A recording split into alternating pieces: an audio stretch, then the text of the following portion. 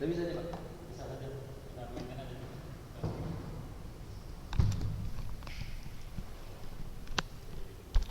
Bismillah. Assalamualaikum warahmatullahi wabarakatuh.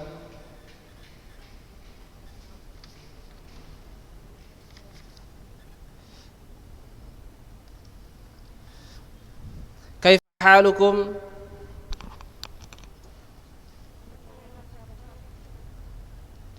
Alhamdulillah.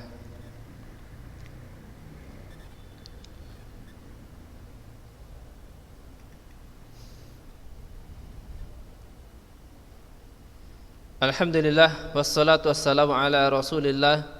Amma ba'd. Segala puji dan syukur hanyalah milik Allah Subhanahu wa taala yang tiada sekutu baginya, Rabbus samawati wal ard. Dialah Allah yang memiliki apa-apa yang ada di langit dan di bumi. Al-Khaliq, dan dialah Maha Pencipta. Kita bersyukur pada Allah Subhanahu wa taala yang mana hingga pada saat ini Allah Subhanahu wa taala masih memberikan kita kesehatan, masih memberikan kita nikmat Islam wal iman. Allah Subhanahu wa taala masih memberikan kita kesempatan dalam menuntut ilmu. Allah Subhanahu wa taala masih memberikan kita kesempatan dalam menuntut ilmu.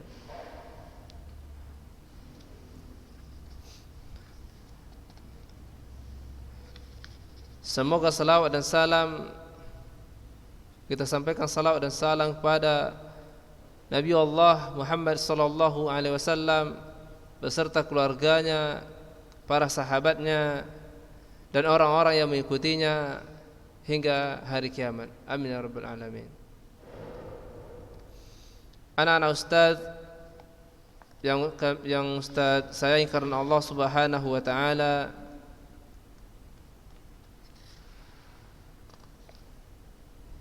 insyaallah pada pertemuan kali ini kita akan membahas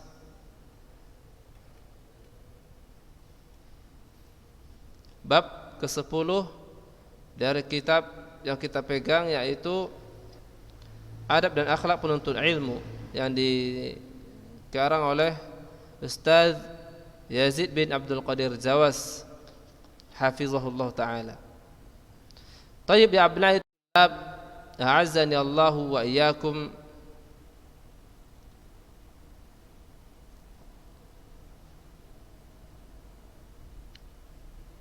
Di pertemuan kita minggu lalu telah kita bahas mengenai adab-adab seorang penuntut ilmu ketika berada di masjid.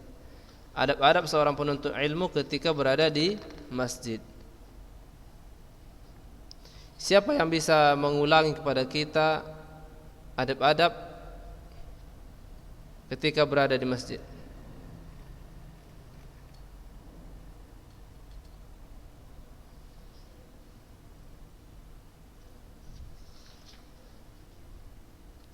Siapa yang bisa mengulangi kepada kita mengenai adab-adab di masjid?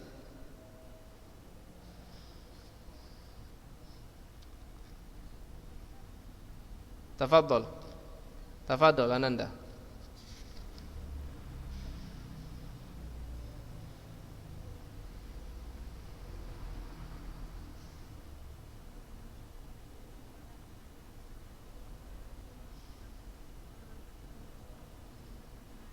Nah, baik, lanjut.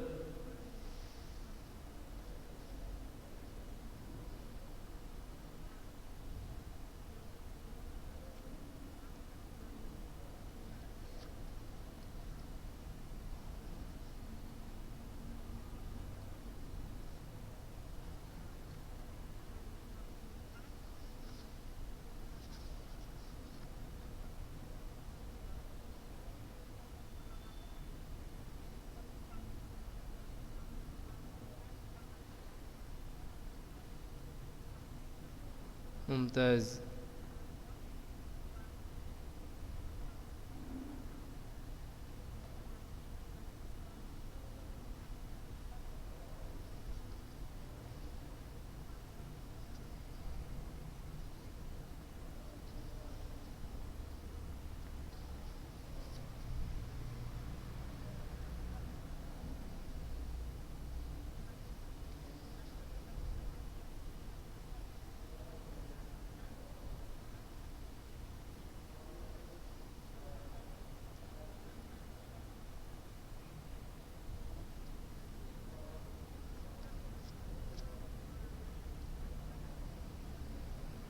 Mumtaz, barakallahu fiik. Mas Muka?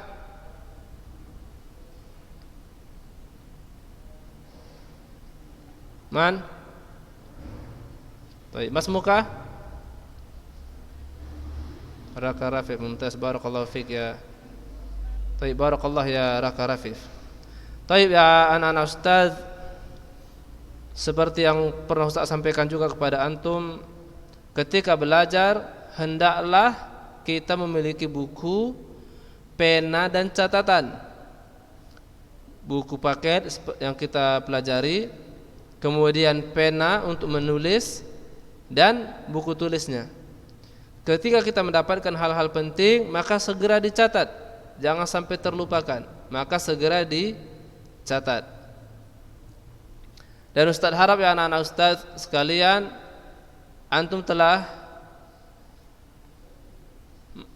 Ustaz berharap bahwasanya antum telah memiliki buku catatan dan buku paketnya. Baik, barakallahu fikum. Nabda, bismillah. Dan juga ya anak-anak Ustaz, agama kita yang mulia ini, agama Islam, mengajarkan kepada kita tentang tata cara dan adab-adab ketika berada di rumah. Mengajarkan kepada kita bagaimana seorang penuntut ilmu, bagaimana seorang muslim itu ketika di rumahnya. Nah, di sini di kitab ini akan kita bahas mengenai adab-adab tersebut, bagaimana seorang penuntut ilmu di rumahnya. Taib. Yang pertama, memasuki rumah dengan mendahulukan kaki kanan. Memasuki rumah dengan mendahulukan kaki kanan dan mengucapkan bismillah serta mengucapkan salam, assalamualaikum warahmatullahi wabarakatuh, atau assalamualaikum warahmatullah, atau assalamualaikum, hakadha. Apabila keluar rumah, mendahulukan kaki kiri dan membaca doa, bismillahi tawakkaltu 'ala Allah, la haula wa la quwata illa billah. Inilah adab yang pertama diajarkan dalam agama kita mengenai adab ketika di rumah, yaitu ketika kita masuk ke rumah mendahulukan kaki kanan. Ya mungkin ya menurut sebagian di antara kita itu hal sepele. Menurut sebagian di antara kita itu hal yang sepele. Masuk dengan kaki kiri, kaki kanan, terserah suka-sukanya. Cuman Nabi Allah Muhammad sallallahu alaihi wasallam telah mengajarkan kepada kita, telah mengajarkan bahwasanya ketika ingin masuk rumah mendahulukan kaki kanan dan mengucapkan bismillah serta mengucapkan salam. Dan apabila keluar rumah mendahulukan kaki kiri dan mengucapkan doa, membaca doa, bismillahi tawakkaltu 'ala Allah, la haula wa la quwwata illa billah. Baik. Dan ini ya anak-anak Ustaz, doa ini, doa keluar rumah ini Ustaz harap antum hafal. Doa keluar rumah ini Ustaz harap antum hafal dan antum praktekkan setiap hari, dan antum praktekkan setiap antum hendak keluar rumah. Baik. Yang artinya, dengan nama Allah aku keluar rumah.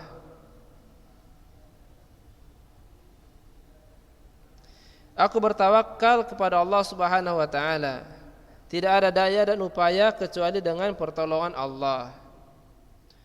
Hadis ini diriwayatkan oleh Abu Daud dan Tirmidzi dari sahabat Anas radhiyallahu anhu. Baik.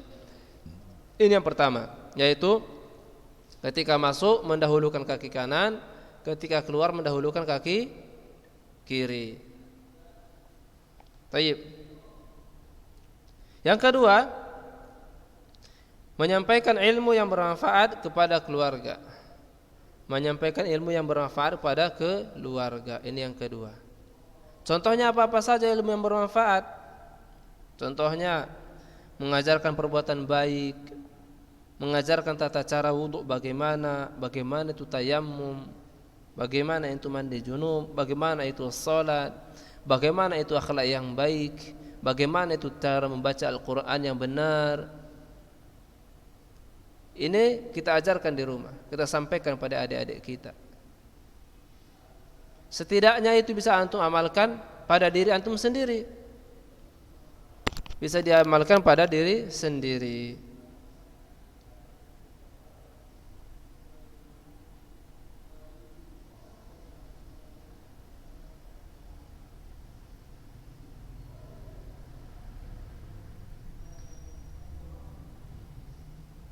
Dan juga hendaklah kita mengajarkan kepada adik-adik kita, saudara-saudara kita ketika di rumah perkara-perkara yang baik, perkara-perkara agama yang mereka butuhkan dengan mendahulukan yang lebih penting. Untuk lebih penting maksudnya menyampaikan, mengajarkan perkara-perkara agama.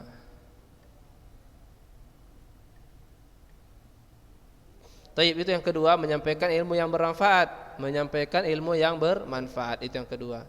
Contohnya seperti perbuatan yang baik, akhlak yang baik, cara wudhu bagaimana, tayamum itu bagaimana, sholat bagaimana, itu diajarkan. Membaca Al-Quran itu bagaimana tata caranya, apa yang harus didahulukan ketika hendak membaca Al-Quran, yaitu dengan berwudu. Taib. Itu yang kedua. Taib. Adapun yang ketiga,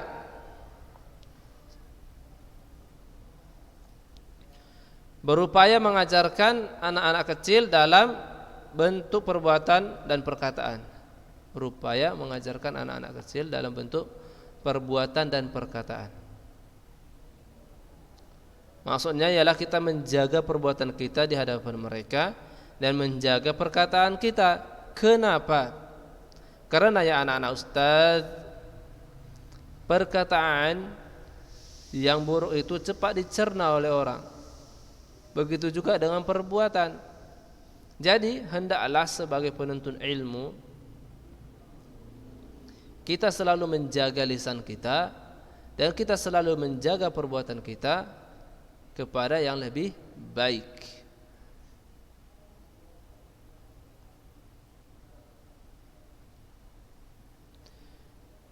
Kita berusaha melakukan sunnah-sunnah Nabi di hadapan mereka, di hadapan anak-anak.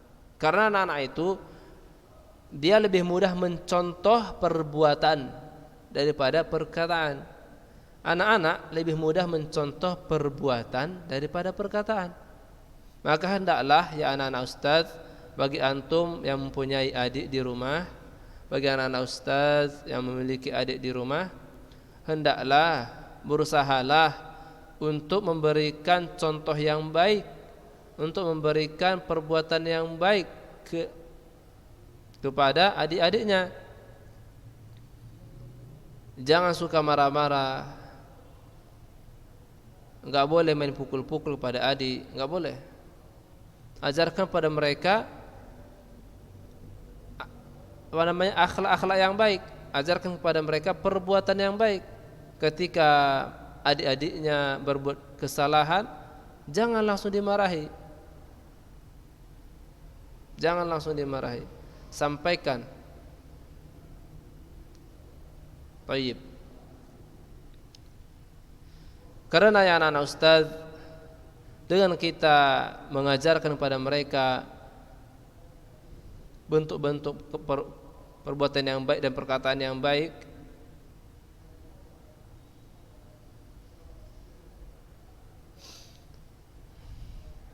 cara ini lebih mengena dalam menanamkan ilmu dan akhlak kepada mereka. Cara ini lebih mengena dalam menanamkan ilmu dan akhlak kepada mereka.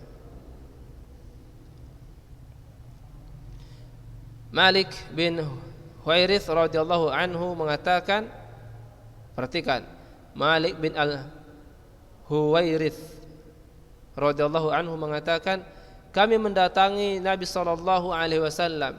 Kami mendatangi Nabi sallallahu alaihi wasallam. Bisa antum baca di sini?